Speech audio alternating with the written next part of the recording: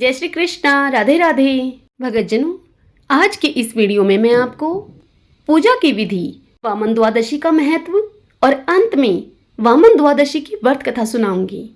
Video में अंत तक बने रहिएगा और यदि आपके लिए यह वीडियो उपयोगी रहे तो इस वीडियो को लाइक कीजिएगा और कमेंट बॉक्स में वामन द्वादशी की जय लिखिएगा। हमारे हिंदू पंचांग के अनुसार भाद्रपद माह की शुक्ल पक्ष की द्वादशी तिथि को वामन जयंती मनाई जाती है।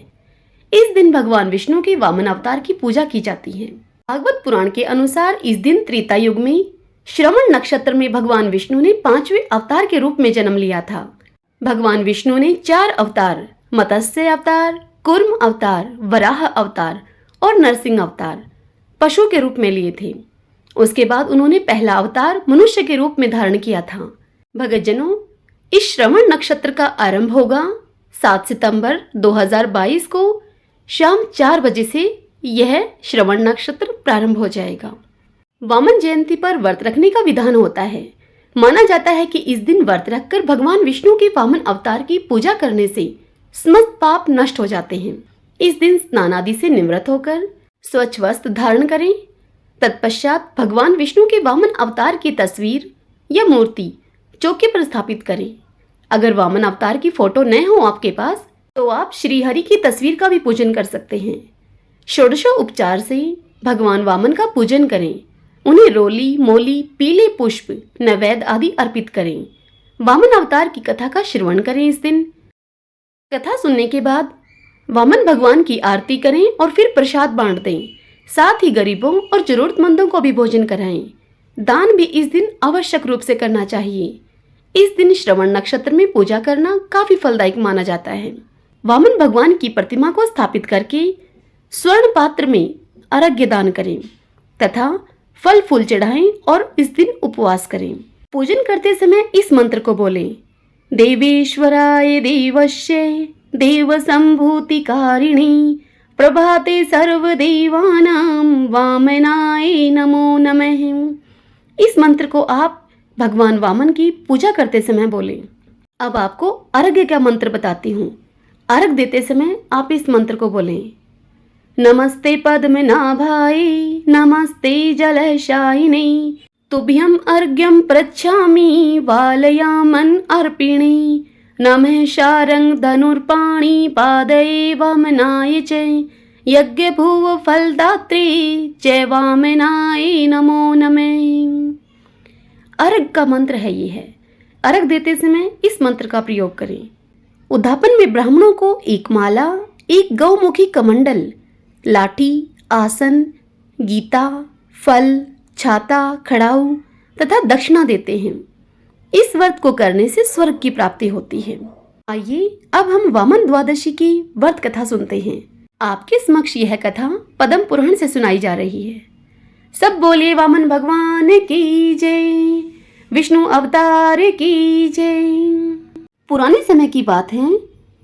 भीष्म सेन जी ने पुलस्त्य ऋषि से पूछा, हे द्विजश्रेष्ठ, मैं आपसे भगवान श्री विष्णु का चरित्र सुनना चाहता हूँ। सर्वसमर्थ एवं सर्वव्यापक श्री विष्णु ने यज्ञ पर्वत पर जाकर वहां चरण रखकर किस दानव का दमन किया था? हे महामुने, ये सारी बातें आप मुझे बताइए। तब पुलस्त्य जी बोले कि हे वत्स, तुमने बड़ी उत्तम बात पूछी है। एकाग्रचित्त होकर तुम सुनो। प्राचीन सतयुग की बात है। बलिष्ठ दानवों ने समूचे स्वर्ग पर अधिकार जमा लिया था। इंद्र सहित संपूर्ण देवताओं को जीतकर उनसे त्रिभुवन का राज्य छीन लिया गया था। उनमें बाष्कली नाम का दानव सबसे बलवान था। उसने समस्त दानवों को यज्ञ का भोक्ता बना दिया। इससे इंद्र को बड़ा दुख हुआ। वे अपने जीवन से निराश हो चले। उन्होंने सोचा, ब्रह्मा जी के वरदान से दानवराज बाष्कली मेरे तथा संपूर्ण देवताओं के लिए युद्ध में अवैध हो गया है। अतः मैं ब्रह्मालोक में चलकर भगवान ब्रह्मा जी की शरण लूंगा। उनके सिवा और कोई मुझे सहारा देने वाला है ही नहीं। ऐसा विचार करके देवराज इंद्र संपूर्ण देवताओं को साथ में लेकर तुरंत उस स्थान पर गए जहां पर भगवान ब्रह्मा जी विराजमान थे। इंद्र उनसे जाकर बोला, हे देव, क्या आप हमारी दशा नहीं जानते? हे प्रभु, अब हमारा जीवन कैसा रहेगा? हे प्रभु, आपके वरदान से दैत्यों ने हमारा सब कुछ छीन लिया है। मैं दुरात्मा बाष्कली की सारी करतूतें पहले ही आपको बता चुका हूँ। हे पितामह, आप ही हमारे पिता हैं। हमारी रक्षा के लिए शीघ्र ही कोई आप उपाय कीजिए। संसार से वेद पाठ और यज्ञ यज्ञादि उठ गए। उत्सव और मंगल की बातें जाती रही। सबने अध्ययन करना छोड़ दिया है। दंड नीति भी उठा दी गई है। इन सब कारणों से संसार के प्राणी किसी तरह सांस मात्र ले पा रहे हैं। जगत पीड़ाग्रस्त तो था ही, अब और भी कष्टतर दशा को पहुंच गया है। इतने समय में हम लोगों को बड़ी गिलानी उठानी पड़ी है। यह सब सुनकर ब्रह्मा जी ने कहा कि हे देवराज, मैं जानता हूँ बाष्कली बड़ा नीच है और वरदान पाकर वह घमंड से भर गया है। यद्यपि तुम लोगों के लिए वह अजय है, तथापि मैं समझता हूँ कि भगवान श्री विष्णु उसे अवश्य ठीक कर देंगे। पुलसत्य जी कहते हैं कि हे भीष्म जी, उस समय ब्रह्मा जी समाधि में यह कहकर स्थित हो गए। उनके चिंतन करने पर ध्यान मात्र से चतुर्भुज भगवान श्री विष्णु थोड़े ही समय में सबके देखते ही देखते वहां पर आ पहुंचे। तत्पश्चात भगवान विष्णु ब्रह्मा जी से बोले, हे ब्राह्मण, इस ध्यान को छोड़ो। जिसके लिए तुम इतना ध्यान करते हो वही मैं साक्षात तुम्हारे सम्मुख आ गया हूँ। ब्रह्मा जी ने कहा, स्वामी ने यहाँ आकर मुझे दर्शन दिया, यह बड़ी कृपा हुई। जगत के लिए जगदीश्वर को जितनी चिंता है उतनी और किसको हो सकती है। मेरी उत्पत्ति भी आपने जगत के लिए ही की थी और जगत की यह दशा है, अतः उसके लिए भगवान का यह शुभ आगमन वास्तव में कोई आश्चर्य की बात नहीं है। हे प्रभु, विश्व के पालन का कार्य आपके ही अधीन है। इस इंद्र का राज्य बाष्कली ने छीन लिया है। चराचर प्राणियों के सहित त्रिलोकी को अपने अधिकार में कर लिया है उसने। हे केशव, अब आप ही सलाह देकर अपने इस सेवक की सहायता कीजिए। भगवान श्री वासुदेव ने कहा कि हे ब्राह्मण, हे ब्रह्मा जी, तुम्हारे वरदान से वह दानव इस समय अवध्य है, तथापि उसे बुद्धि के द्वारा बंधन में डालकर परास्त किया जा सकता है। मैं दानवों का विनाश करने के लिए वामन रूप धारण करूंगा। ये इंद्र मेरे साथ बाष्कली के घर चलें और वहां पहुंचकर मेरे लिए इस प्रकार उनसे वर की याचना करें। उनसे कहें, हे राजन बाष्कली, इस बोने ब्राह्मण के लिए 3 पग भूमि का आप दान कीजिए। हे महाभाग, इनके लिए मैं आपसे याचना करता हूँ। ऐसा कहने पर वह दानवराज अपना प्राण तक दे सकता है। हे ब्रह्मा जी, उस दानव का दान स्वीकार करके पहले उसे राज्य से मैं वंचित करूंगा, फिर उसे बांधकर पाताल का निवासी बनाऊंगा। इस प्रकार कहकर भगवान श्री विष्णु अंतर्ध्यान हो गए। तदंतर कार्य साधन के अनुकूल समय आने पर संपूर्ण प्राणियों पर दया करने वाले देवाधिदेव भगवान ने देवताओं का हित करने के लिए अदिति का पुत्र होने का विचार किया। भगवान ने जिस दिन गर्भ में प्रवेश किया उस दिन स्वच्छ वायु बहने लगी। संपूर्ण प्राणी बिना किसी उपद्रव के अपने अपने इच्छित पदार्थ प्राप्त करने लगे। वृक्षों से फूलों की वर्षा होने लगी। समस्त दिशाएं निर्मल हो गई तथा सभी मनुष्य सत्यपरायण हो गए। देवी अदिति ने 1000 दिव्य वर्षों तक भगवान को गर्भ में धारण किया। इसके बाद वे भूत भावन प्रभु वामन रूप में प्रकट हुए। उनके अवतार लेते ही नदियों का जल स्वच्छ हो गया, वायु सुगंध बिखेरने लगी। उस तेजस्वी पुत्र के प्रकट होने से महर्षि कश्यप को बड़ा आनंद हुआ। तीनों लोकों में निवास करने वाले समस्त प्राणियों के मन में अपूर्व उत्साह भर गया। भगवान जनार्दन का प्रादुर्भाव होते ही स्वर्गलोक में नगाड़े बजने लगे। अत्यंत हर्ष और उल्लास के कारण त्रिलोकी के मोह और दुख सभी नष्ट हो गए। गंधर्वों ने अत्यंत उच्च स्वर से संगीत आरंभ किया। कोई ऊंचे स्वर से भगवान की जय जयकार करने लगे तो कोई अत्यंत हर्ष में भरकर जोर जोर से गर्जना करते हुए बारंबार भगवान को साधुवाद देने लगे तथा कुछ लोग जन्म, भय, बुढ़ापा और मृत्यु से छुटकारा पाने के लिए उनका ध्यान करने लगे। इस प्रकार यह संपूर्ण जगत सब ओर से अत्यंत प्रसन्न हो उठा। देवता लोग मन ही मन विचार करने लगे, ये साक्षात परमात्मा श्री विष्णु हैं। ब्रह्मा जी के अनुरोध से जगत की रक्षा के लिए इन जगदीश्वर ने यह छोटा सा शरीर धारण किया है। ये ही ब्रह्मा, ये ही विष्णु और ये ही महेश्वर हैं। देवता, यज्ञ और स्वर्ग सब कुछ ये ही हैं, इसमें तनिक भी संदेह नहीं है। यह संपूर्ण चराचर जगत भगवान श्री विष्णु से व्याप्त है। ये एक होते हुए भी पृथक शरीर धारण करके ब्रह्मा के नाम से विख्यात हैं। जिस प्रकार बहुत से रंगों वाली वस्तुओं का सानिध्य होने पर शैप्टिक मणि विचित्र सी प्रतीत होने लगती है, वैसे ही मायामय गुणों के संसर्ग से स्वयंभू परमात्मा की नाना रूपों में प्रतीति होती है। जैसे एक ही ग्राहपत्य अग्नि, दक्षिण अग्नि तथा आहवनीय अग्नि आदि भिन्न भिन्न संज्ञाओं को प्राप्त होती हैं, उसी प्रकार ये एक ही श्री विष्णु, ब्रह्मा आदि अनेक नाम एवं अनेक रूपों में उपलब्ध होते हैं। ये भगवान सब तरह से देवताओं का कार्य सिद्ध करेंगे। चित्त वाले देवगण जब इस प्रकार सोच रहे थे, उसी समय भगवान वामन इंद्र के साथ बाष्कली के घर गए। उन्होंने दूर से ही बाष्कली की नगरी को देखा, जो परकोटे से घिरी थी। सब प्रकार के रत्नों से सजे हुए ऊंचे ऊंचे सफेद महल, जो आकाशचारी प्राणियों के लिए भी अगम्य थे, उस पुरी की शोभा को वह बढ़ा रहे थे। नगर की सड़कें बड़ी ही सुंदर एवं क्रमबद्ध बनाई गई थीं। ऐसा कोई पुष्प नहीं, ऐसी कोई विद्या नहीं, ऐसा कोई शिल्प नहीं तथा ऐसी कोई कला नहीं जो बाष्कली की नगरी में मौजूद न रहा हो। वहीं रहकर दानवराज बाष्कली चराचर प्राणियों के सहित समस्त त्रिलोकी का पालन करता था। वह धर्म का ज्ञाता, कृतज्ञ, सत्यवादी और जितेंद्रिय था। सभी प्राणी उससे सुगमता पूर्वक मिल सकते थे। न्याय अन्याय का निर्णय करने में उसकी बुद्धि बड़ी ही कुशल थी। वह ब्राह्मणों का भक्त, शरणागतों का रक्षक तथा दीन और अनाथों पर दया करने वाला था। मंत्र शक्ति, प्रभु शक्ति और उत्साह शक्ति, इन तीनों शक्तियों से वह संपन्न था।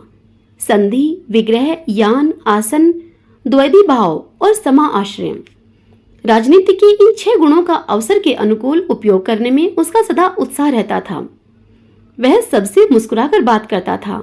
वेद और वेदांगों के तत्व का उसे पूर्ण ज्ञान था।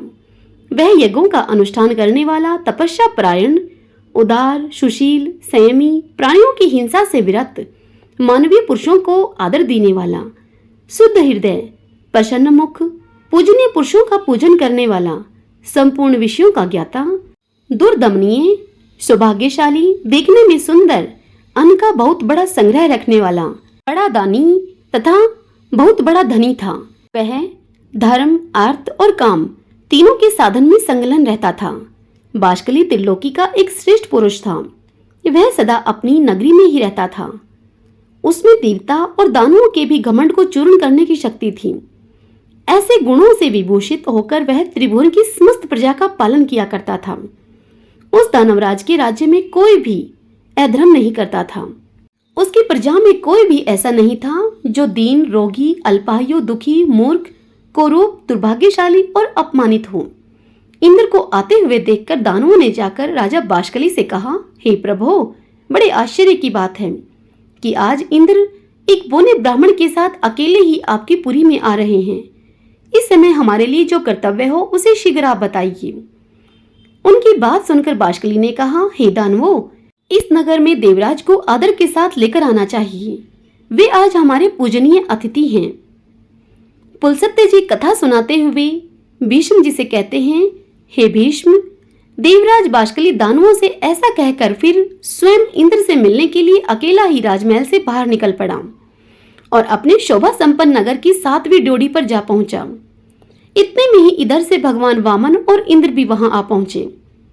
देवराज ने बड़े प्रेम से उनकी ओर देखा और उन्हें प्रणाम करके अपने को कृतार्थ माना। वह हर्ष में भरकर सोचने लगा, मेरे समान धन्य दूसरा कोई नहीं है, क्योंकि आज मैं त्रिभुवन की राजलक्ष्मी से संपन्न होकर इंद्र को याचक के रूप में अपने घर पर आया हुआ देख रहा हूँ। ये मुझसे कुछ याचना करेंगे। घर पर आए हुए इंद्र को मैं अपनी स्त्री, पुत्र, महल तथा अपने प्राण भी दे डालूंगा। फिर त्रिलोकी के राज्य की तो बात ही क्या है।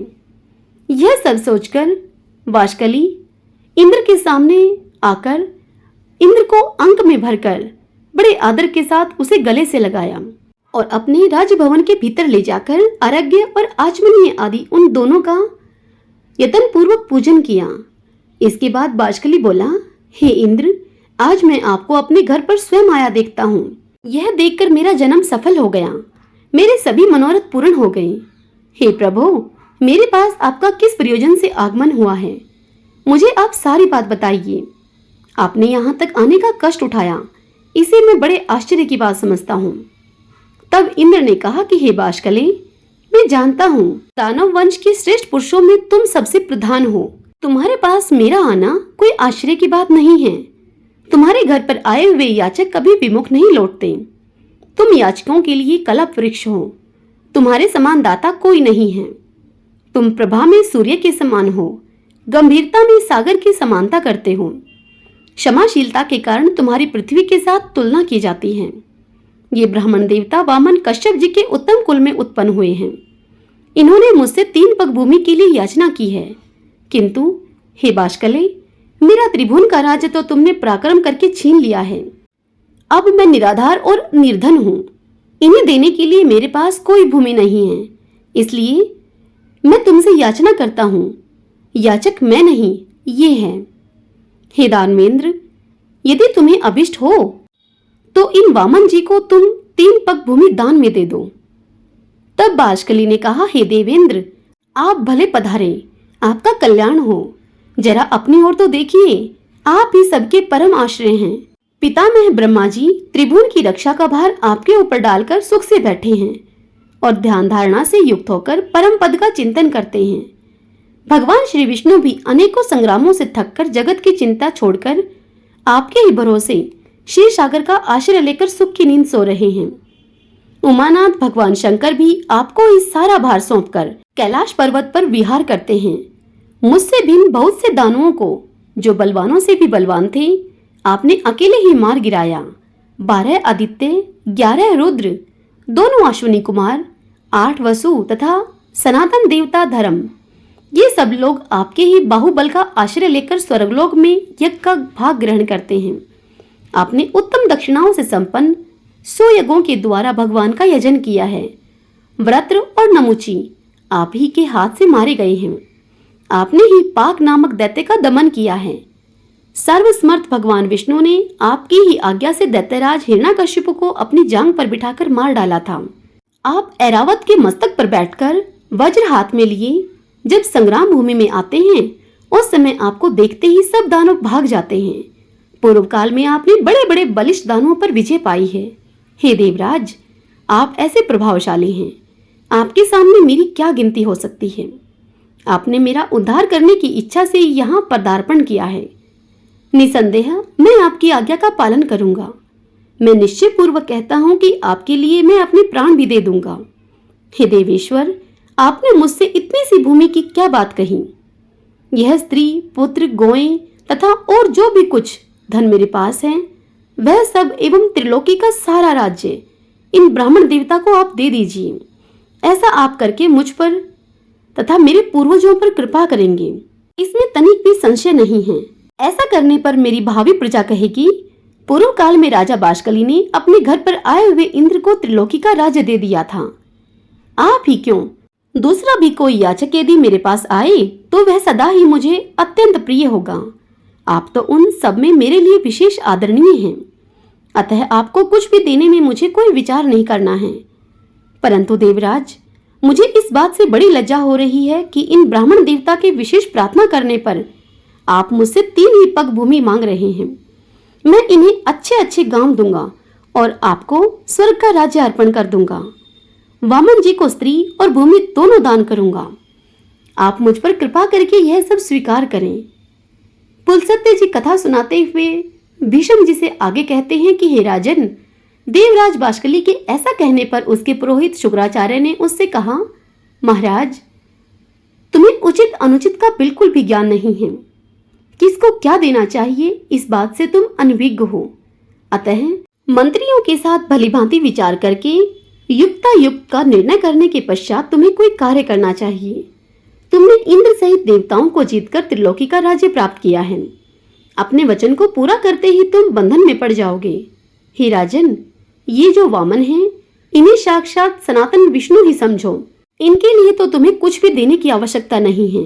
इनके लिए तुम्हें कुछ नहीं देना चाहिए, क्योंकि इन्होंने ही तो पहले तुम्हारे वंश का उच्छेद कराया है और आगे भी कराएंगे। इन्होंने माया से दानवों को परास्त किया है और माया से ही इस समय बोने ब्राह्मण का रूप बनाकर तुम्हें दर्शन दिया है। अतः अब बहुत कहने की क्या आवश्यकता है। इन्हें कुछ न दो, 3 पग तो बहुत है। मक्खी के पैर के बराबर भी भूमि देना इन्हें स्वीकार न करो। यदि तुम मेरी बात नहीं मानोगे तो शीघ्र ही तुम्हारा नाश हो जाएगा। यह मैं तुम्हें सच्ची बात कह रहा हूं। तब बाष्कली ने कहा, हे गुरुदेव, मैंने धर्म की इच्छा से इन्हें सब कुछ देने की प्रतिज्ञा कर ली है। प्रतिज्ञा का पालन अवश्य करना चाहिए। यह सत्पुरुषों का सनातन धर्म है। यदि ये भगवान विष्णु हैं और मुझसे दान लेकर देवताओं को समृद्धशाली बनाना चाहते हैं, तब तो मेरे समान धन्य दूसरा कोई नहीं होगा। ध्यान परायण योगी निरंतर ध्यान करते रहने पर भी जिनका दर्शन जल्दी से नहीं कर पाते, उन्होंने ही यदि मुझे दर्शन दिया है, तब तो इन देवेश्वर ने मुझे और भी धन्य बना दिया है। जो लोग हाथ में कुश और जल लेकर दान देते हैं, वे भी मेरे दान से सनातन परमात्मा भगवान विष्णु प्रसन्न हों, इस वचन के कहने पर मोक्ष के भागी होते हैं। इस कार्य को निश्चित रूप से करने के लिए मेरा जो दृढ़ संकल्प हुआ है, उसमें आपका उपदेश ही कारण है। बचपन में आपने एक बार उपदेश दिया था, जिसे मैंने अच्छी तरह से अपने हृदय में धारण कर लिया था। वह उपदेश इस प्रकार है, शत्रु भी यदि घर पर आ जाए तो उसके लिए कोई वस्तु अदेय नहीं है, उसे कुछ भी देने से इनकार नहीं करना चाहिए। हे गुरुदेव, यही सोचकर मैंने इंद्र के लिए स्वर्ग का राज्य और वामन जी के लिए अपने प्राण तक दे डालने का निश्चय कर लिया है। जिस दान के देने में कुछ भी कष्ट नहीं होता, ऐसा दान तो संसार में सभी लोग देते हैं। यह सुनकर गुरुजी ने लज्जा से अपना मुंह नीचे कर लिया। तब बाष्कली ने इंद्र से कहा कि हे देव, आपके मांगने पर मैं सारी पृथ्वी दे सकता हूँ। यदि इन्हें 3 ही पग भूमि देनी पड़ी तो यह मेरे लिए लज्जा की बात होगी। तब इंद्र ने कहा कि हे दानवराज, तुम्हारा कहना सत्य है, किंतु इन ब्राह्मण देवता ने मुझसे 3 ही पग भूमि की याचना की है। इनको इतनी ही भूमि की आवश्यकता है। मैंने भी इन्हीं के लिए तुमसे याचना की है, अतः इन्हें यही वर तुम प्रदान करो। तब बाष्कली ने कहा कि हे देवराज, आप वामन को मेरी ओर से 3 पग भूमि दे दीजिए और आप भी चिरकाल तक वहां सुख से निवास कीजिए। पुलस्त्य जी कहते हैं कि हे भीष्म जी, यह कहकर बाष्कली ने हाथ में जल लेकर साक्षात श्रीहरि मुझ पर प्रसन्न हो, ऐसा कहते हुए वामन जी को 3 पग भूमि दे दी। दानवराज के दान करते ही श्रीहरि ने वामन रूप त्याग दिया और देवताओं का हित करने की इच्छा से संपूर्ण लोकों को नाप लिया। वे यज्ञ पर्वत पर पहुंचकर उत्तर की ओर मुख करके खड़े हो गए। उस समय दानव लोक भगवान के बाएं चरण के नीचे आ गया। तब जगदीश्वर ने पहला पग सूर्य लोक में रखा और दूसरा ध्रुव लोक में। फिर अद्भुत कर्म करने वाले भगवान ने तीसरे पग से ब्रह्मांड पर आघात किया। उनके अंगूठे से अग्रभाग से लगकर ब्रह्मांड कटा फूट गया, जिससे बहुत सा जल बाहर निकला। उस निकले हुए जल को ही भगवान विष्णु के चरणों से प्रकट होने वाली वैष्णवी नदी गंगा कहते हैं। गंगा जी अनेक कारणवश भगवान श्री विष्णु के चरणों से प्रकट हुई है। उनके द्वारा चराचर प्राणियों के सहित समस्त त्रिलोकी व्याप्त है। तत्पश्चात भगवान श्री वामन ने बाष्कली से कहा, मेरे 3 पग पूर्ण करो। तब बाष्कली ने उन्हें कहा, भगवन, आपने पूर्व काल में जितनी बड़ी पृथ्वी बनाई थी, उस पृथ्वी में से मैंने कुछ भी छिपाया नहीं है। पृथ्वी छोटी है और आप महान हैं। मुझ में सृष्टि उत्पन्न करने की शक्ति नहीं है, जिससे कि दूसरी पृथ्वी बनाकर आपके 3 पग पूर्ण करूं। हे देव, आप जैसे प्रभुओं की इच्छा शक्ति ही मनोवांछित कार्य करने में समर्थ होती है। सत्यवादी बाष्कली को निरुत्तर जानकर भगवान श्री विष्णु बोले, हे दानवराज, बोलो, मैं तुम्हारी कौन सी इच्छा पूर्ण करूं? तुम्हारा दिया हुआ संकल्प का जल मेरे हाथ में आया है, इसलिए तुम वर पाने के योग्य हो। वरदान के तुम उत्तम पात्र हो। तुम्हें जिस वस्तु की इच्छा हो वह मांग लो, मैं तुम्हें वह अवश्य दूंगा। तब बाष्कली ने कहा कि हे देवेश्वर, मैं आपकी भक्ति चाहता हूँ। मेरी मृत्यु भी आपके ही हाथ से हो, जिससे कि मुझे आपके परम धाम श्वेत दीप की प्राप्ति हो, जो तपस्वियों के लिए भी दुर्लभ है। पुलस्त्य जी कहते हैं कि हे भीष्म जी, बाष्कली के ऐसा कहने पर भगवान श्री विष्णु ने कहा, तुम 1 कल्प तक ठहरे रहो। जिस समय वराह रूप धारण करके मैं रसातल में प्रवेश करूंगा, उसी समय तुम्हारा मैं वध करूंगा। इससे तुम मेरे रूप में लीन हो जाओगे। भगवान के ऐसे वचन सुनकर वह दानव उनके सामने से चला गया। भगवान भी उससे त्रिलोकी का राज्य छीनकर अंतर्ध्यान हो गए। बाष्कली पाताल का निवासी होकर सुखपूर्वक रहने लगा। बुद्धिमान इंद्र तीनों लोकों का पालन करने लगे। यह जगत गुरु भगवान श्री विष्णु के वामन अवतार का वर्णन है। इसमें श्री गंगा जी के प्रादुर्भाव की भी कथा आ गई है। यह प्रसंग सब पापों का नाश करने वाला है। यह मैंने श्री विष्णु के तीनों पगों का इतिहास तुम्हें बतलाया है। हे भीष्म, जिसे सुनकर मनुष्य इस संसार में संपूर्ण पापों से मुक्त हो जाता है। श्री विष्णु के पगों का दर्शन कर लेने से उसके दोषोपन, दुचिंता और घोर पाप शीघ्र नष्ट हो जाते हैं। पापी मनुष्य प्रत्येक युग में यज्ञ पर्वत पर स्थित श्री विष्णु के चरणों का दर्शन करके पाप से छुटकारा पा जाते हैं। हे भीष्म, जो मनुष्य मौन होकर यज्ञ पर्वत पर चढ़ता है अथवा तीनों पुष्करों की यात्रा करता है, उसे अश्वमेध यज्ञ का फल मिलता है। वह सब पापों से मुक्त होकर मृत्यु के पश्चात श्री विष्णु धाम में जाता है। आगे भीष्म जी बोले, हे पुलस्त्य जी, हे भगवान, यह तो बड़े आश्चर्य की बात है कि वामन जी के द्वारा दानवराज बाष्कली बंधन में डाला गया। हे भगवान, मैंने तो श्रेष्ठ ब्राह्मणों के श्रीमुख से ऐसी कथा सुन रखी है कि भगवान ने वामन रूप धारण करके राजा बलि को बांधा था और विरोचन कुमार बलि आज तक पाताल लोक में मौजूद हैं। अतः आप मुझसे बलि के बांधे जाने की कथा का वर्णन कीजिए। भीष्मसेन की यह बात सुनकर पुलस्त्य जी बोले, हे नृपश्रेष्ठ, मैं तुम्हें सब बातें बताता हूँ, सुनो। पहली बार की कथा तो तुम सुन ही चुके हो। दूसरी बार वर्तमान वैवस्वत मनवंतर में भी भगवान श्री विष्णु ने त्रिलोकी को अपने चरणों से नापा था। उस समय उन देवादिदेव ने अकेले ही यज्ञ में जाकर राजा बलि को बांधा और भूमि को नापा था। उस अवसर पर भगवान का पुनः वामन अवतार हुआ तथा पुनः उन्होंने त्रिविक्रम रूप धारण किया था। वे पहले वामन होकर फिर अवामन अर्थात विराट हो गए। सब बोलिए विष्णु भगवान की जय, वामन भगवान की जय। कथा पसंद आई हो तो वीडियो को लाइक कीजिएगा। जय श्री कृष्णा, राधे राधे।